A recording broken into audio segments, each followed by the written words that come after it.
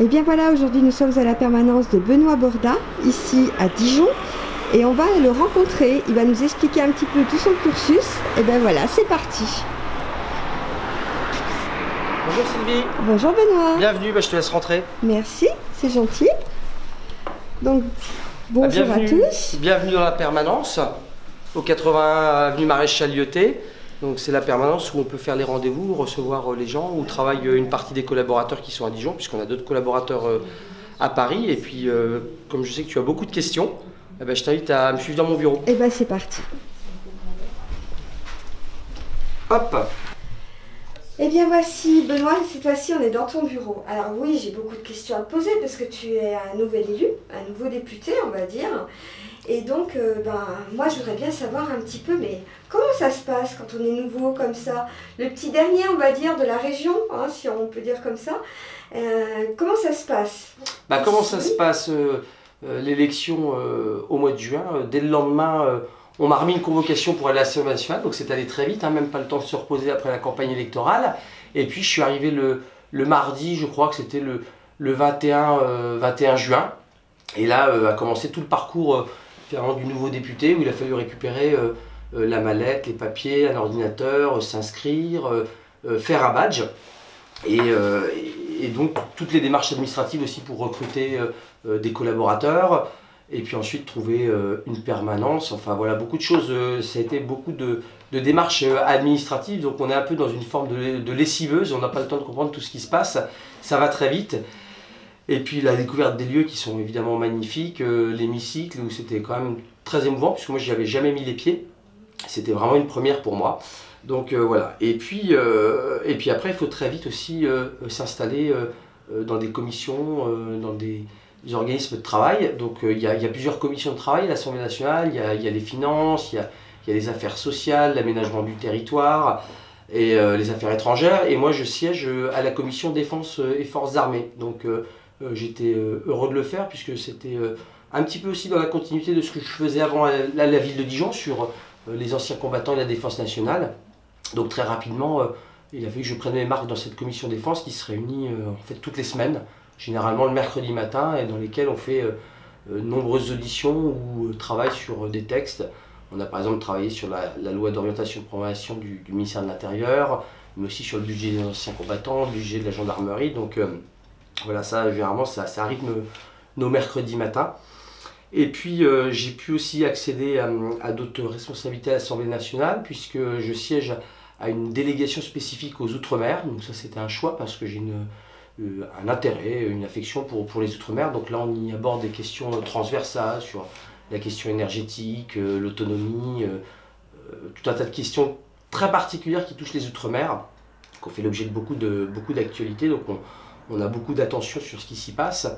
Récemment, j'ai eu la chance aussi, et je crois que tu es la première à qui je le dis, mais d'être choisi pour présider un groupe d'amitié, puisqu'on a des groupes d'amitié à l'Assemblée nationale, et donc je présiderai le groupe d'amitié France-Djibouti. Alors, tout le monde ne connaît pas forcément Djibouti, mais Djibouti c'est la corne de l'Afrique, et c'est surtout un territoire très important pour la France, puisque c'est là où nous avons la base militaire la plus importante à l'étranger, et où beaucoup d'autres pays ont des bases militaires, et donc il y a un enjeu stratégique militaire très important pour nous. Donc je vais entamer aussi ce travail à partir de la semaine prochaine. Et puis après, on a d'autres responsabilités où, par exemple, je vais siéger à la commission départementale pour le fonds de développement à la vie associative. Je vais siéger aussi sur un organisme du bassin Rhône-Méditerranée-Corse sur les enjeux de l'eau. Et puis après, parallèlement, j'essaie de m'engager sur les dossiers qui touchent la circonscription, sur l'agriculture, nos productions, qui touchent aussi la sécurité, puisqu'on parlera bientôt de l'implantation de nouvelles brigades de gendarmerie dans le département, on en reparlera bientôt. Donc voilà, tout ça, ça occupe pas mal, et puis tu l'as vu, vous l'avez vu, depuis l'été, c'était beaucoup de projets, beaucoup de lois autour du pouvoir d'achat, autour, on l'a dit tout à l'heure, de la sécurité, du recrutement nouveau de policiers, gendarmes. Cette semaine, on était sur les examens de la loi d'accélération des énergies renouvelables. Donc il y a un rythme assez dense. où on nous demande plus de présence peut-être que sous le précédent quinquennat, mais j'ai pas connu. Mais voilà, la majorité relative, elle nous oblige à discuter avec tout le monde pour faire passer les projets. Donc tout ça, c'est évidemment passionnant. On va peut-être reprendre 2-3 points. Mmh. Tu parlais tout à l'heure de Djibouti, tu sais que ça me pose, puisque je suis une ancienne militaire. Moi, j'ai eu l'occasion de te voir quand tu étais encore ici avant d'être députée, puisque tu t'occupais, comme tu le disais, des anciens combattants. Mmh. Donc tu faisais beaucoup de cérémonies, de réunions, de choses comme ça. Donc forcément que ça me parle. Moi, ce que j'aime aussi chez toi, c'est que malgré que tu es très occupée à l'Assemblée, on te voit un peu partout ici dans la région. Preuve à l'appui, les reportages et ainsi de suite. Tu essaies aussi d'être... J'essaye de trouver un équilibre parce que alors j'ai une circonscription, la deuxième circonscription de la Côte d'Or, on dit un peu que c'est une petite France parce qu'il y a une partie de Dijon, 40% de Dijon est sur la deuxième circonscription, une belle partie sur du périurbain et une partie en rural. Donc au total on a 76 communes et c'est vraiment une circonscription un peu hybride où on peut rencontrer en fait toutes les problématiques que rencontrent les Français à la fois à la ville, en campagne, entre les deux, sur les questions de mobilité, sur les questions de ruralité avec la présence de médecins, d'aide à domicile. Donc c'est vrai qu'on est à la croisée de toutes les grandes questions et toutes les grandes problématiques qui se posent. Et ça c'est passionnant. Au niveau agricole, pareil, beaucoup de production diversifiée sur cette circonscription. Et j'essaye d'avoir un équilibre entre ma présence à Paris et ma présence en circonscription. Donc ça fait des semaines qui sont importantes, qui sont chargées. Mais même si des fois c'est fatigant, je me plains pas, je suis content de le faire et c'est vraiment un plaisir. Là j'ai réussi, je m'étais pris comme engagement de voir tous les maires de la circonscription, donc on a réussi à faire de nombreuses réunions par groupe de maires, au niveau des communautés de communes, pour faire un peu tout le tour de tout le monde et identifier les besoins pour accompagner les communes ou les communautés de communes dans leurs projets. Benoît, on va parler un petit peu plus particulier. Comment tu es venu à la politique? Moi, j'aimerais quand même bien savoir. Alors, tu as tout à l'heure dit que j'étais un jeune élu, mais finalement, je ne suis pas si jeune élu que ça. Parce que... Pour les députés, hein, pour les députés, voilà, pour très jeune. Bien précisé. Mais j'ai commencé la politique il y a un moment maintenant. Je me suis engagé, je crois, c'était en 2002. Donc ça remonte, j'avais 18 ans. Et à l'époque, je me suis engagé auprès de François Bayrou. Voilà, donc à l'UDF, et c'est là que j'ai commencé à construire mon parcours militant. Et en 2008, quand on était devenu MODEM, j'ai participé aux premiers accords entre le MODEM et la gauche à Dijon, et c'est comme ça que j'ai intégré le conseil municipal. Et de 2008 à 2014, j'ai été conseiller municipal. Ensuite, j'ai été délégué de quartier au quartier université, là juste à côté, où j'ai vraiment pris beaucoup de passion à travailler avec les habitants au niveau des commissions de quartier.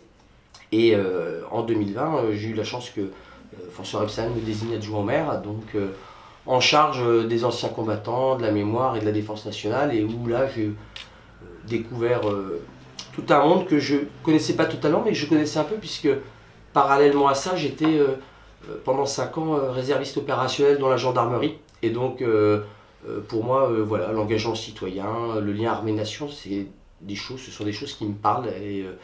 Et par exemple, en ce moment, sur ce qu'on essaie de faire au niveau du SNU, du Service National Universel, j'essaie de m'engager aussi pour développer ce système-là. On va dire dans la continuité. Dans la continuité. Et si on peut dire, quels sont les hobbies de Benoît? Ah, les hobbies. Alors, est-ce que j'ai encore le temps d'avoir mes hobbies? J'en avais beaucoup. J'ai dû les réduire, mais j'en ai un principal que je fais avec mon père, qui est l'apiculture. Donc, on a une vingtaine de ruches.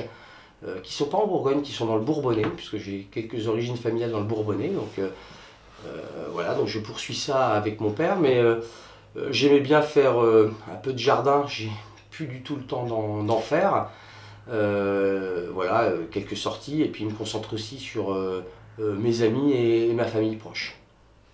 Eh bien écoute, je pense qu'on a découvert un Benoît Borda qu'on ne connaissait pas, avec toutes tes fonctions, tes attributions, on va dire. Est-ce que tu as un mot de la fin? Alors, est-ce que j'ai un mot de la fin? C'est la fin de l'année.